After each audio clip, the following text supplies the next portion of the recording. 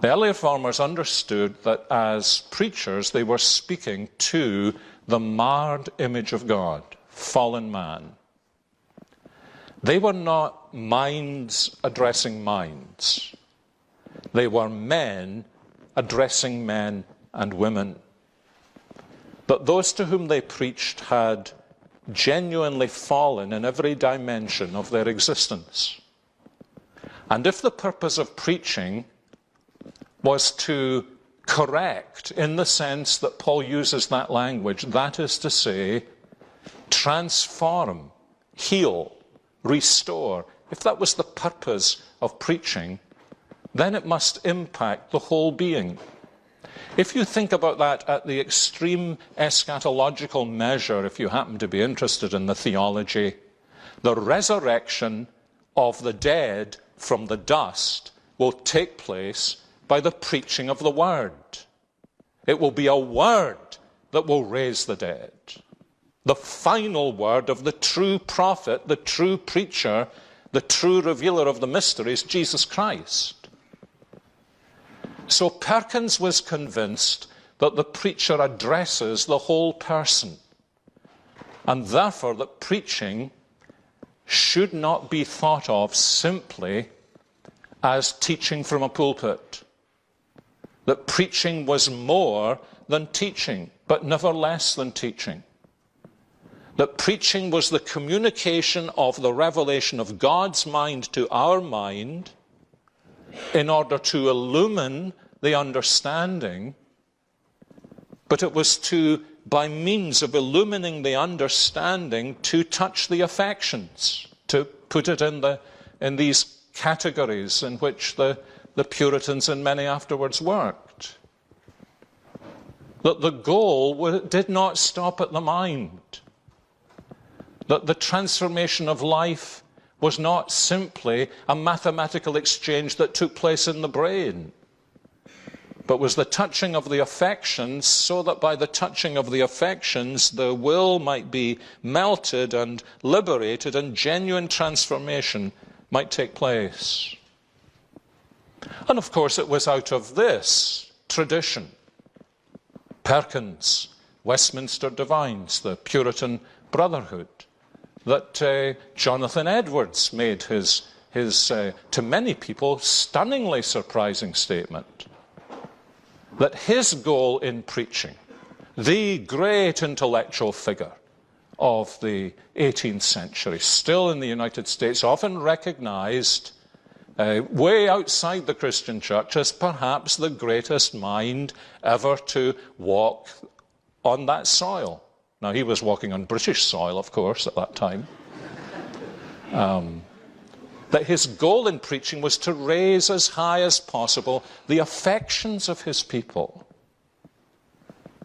And you can sense from Perkins' preaching, even in its written form, that this also was his goal. As Rabbi Duncan famously said about Edwards, we could say the same thing about William Perkins. His doctrine was all application, and his application was all doctrine.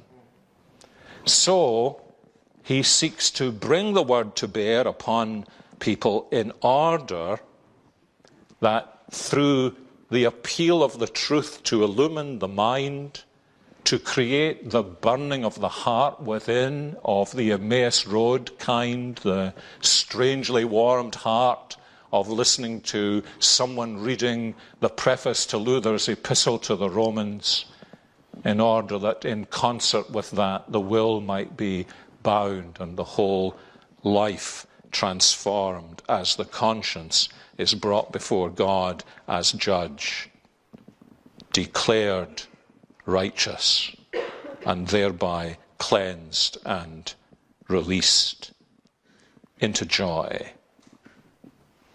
And for Perkins, this meant that if this were to be done truly, it needed to be done by the preacher through a careful study of the text, and could not be done by a display of sophisticated learning.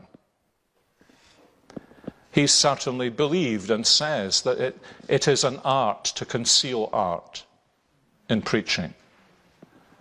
And this belongs to the foundation of the plain style. The plain style draws on 2 Corinthians chapter 4 that we never proclaim ourselves, but Jesus Christ. And that our posture, as Paul says, in what in many ways is a rather paradoxical statement in 2 Corinthians 4, isn't it? We don't preach ourselves. And then he says, yes, ourselves. You are slaves for Jesus' sake. You are slaves for Jesus' sake. So for Perkins, this is the posture of the preacher. The posture of the preacher inwardly is, I am your bondservant for Jesus' sake. There is, therefore, in Perkins' understanding of preaching, a kind of humiliation that takes place in the preacher as he preaches.